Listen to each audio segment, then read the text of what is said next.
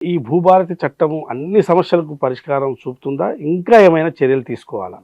భూభారతి చట్టం కూడా పోయినసారి ప్రభుత్వం చేసిన ఒక పొరపాటు ఏంటంటే, అప్పుడు చట్టం తీసుకొచ్చేటప్పుడు అన్ని సమస్యలకు ఇదే పరిష్కారం, కొత్త రెవెన్యూ చట్టం వస్తుంది, అన్ని చట్టాలు పోతున్నాయి, కొత్త చట్టం వస్తుంది, ఈ చట్టం కింద అన్ని సమస్యలు పరిష్కారం అవుతాయి అని అప్పుడు చెప్పారు. ఇప్పుడు అట్లా చెప్పట్లా.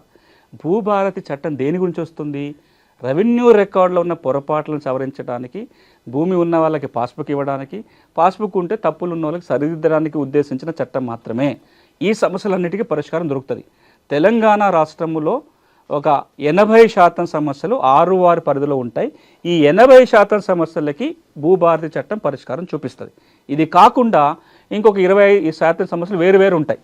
అసైన్మెంట్ భూముల అమ్మకాలు కొనుగోలు కావచ్చు, లేకపోతే గిరిజన ప్రాంతాల్లో ఎల్టీఆర్ సమస్యలు కావచ్చు, అటవీ పోడు భూముల సమస్యలు కావచ్చు, ఇనాం భూములకు ఓవర్సీలు కావచ్చు, పీటీలకు 38 కావచ్చు, ఇవన్నీ వేరు చట్టాల పరిధిలో వస్తాయి. నేను మొదట్లో అన్నట్టుగా ఈ 20% సమస్యలు కూడా తీరాలి అంటే మిగతా చట్టాల్లో మార్పులు చేసుకుంటూ సమగ్రంగా ఒక భూమి చట్టాన్ని చేసుకునే ప్రయత్నం ప్రభుత్వం చేయాలి.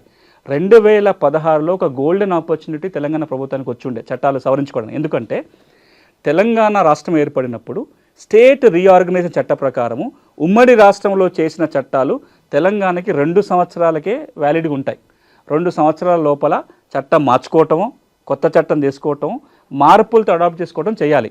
2016 జూన్ 2 నాటికి కొన్ని చట్టాలు మార్చుకోవడానికి అవకాశం ఉన్నా అప్పుడు ప్రభుత్వం ఏం చేసిందంటే అన్ని చట్టాలను పేరు మార్చుకొని మొత్తం అడాప్ట్ చేసుకున్నారు. ఈ చట్టాన్ని సవరించుకునే ప్రయత్నం జరగాలి. కేవలం ఒక 6వ చట్టం మాత్రమే మారింది. ఇప్పుడు ప్రభుత్వం కనుక మిగతా భూమి చట్టాలలో కూడా కొంచెం సవరణ తీసుకొచ్చి అన్ని చట్టాలు కలిపి ఒక సింగిల్ చట్టం చేసి రెవెన్యూ అడ్మినిస్ట్రేషన్ని గ్రామ స్థాయి నుంచి రాష్ట్ర స్థాయి వరకు కనుక పటిష్టం చేయగలిగితే మిగతా 20-30% సమస్యలను కూడా 1 సంవత్సరం 2 సంవత్సరాల కాలంలో పరిష్కారం చేయొచ్చు. ఇప్పటికే రెవెన్యూ మంత్రి గారు ఒక ప్రకటన చేశారు. 6వ చట్టం తేవటం కాదు, రాబోయే రోజుల్లో కొత్త రెవెన్యూ చట్టం తేవాలని తెస్తామని అసెంబ్లీలో చెప్పారు. కాబట్టి అది జరిగితే మిగతా సమస్యలు కూడా పరిష్కారం దొరుకుతుంది.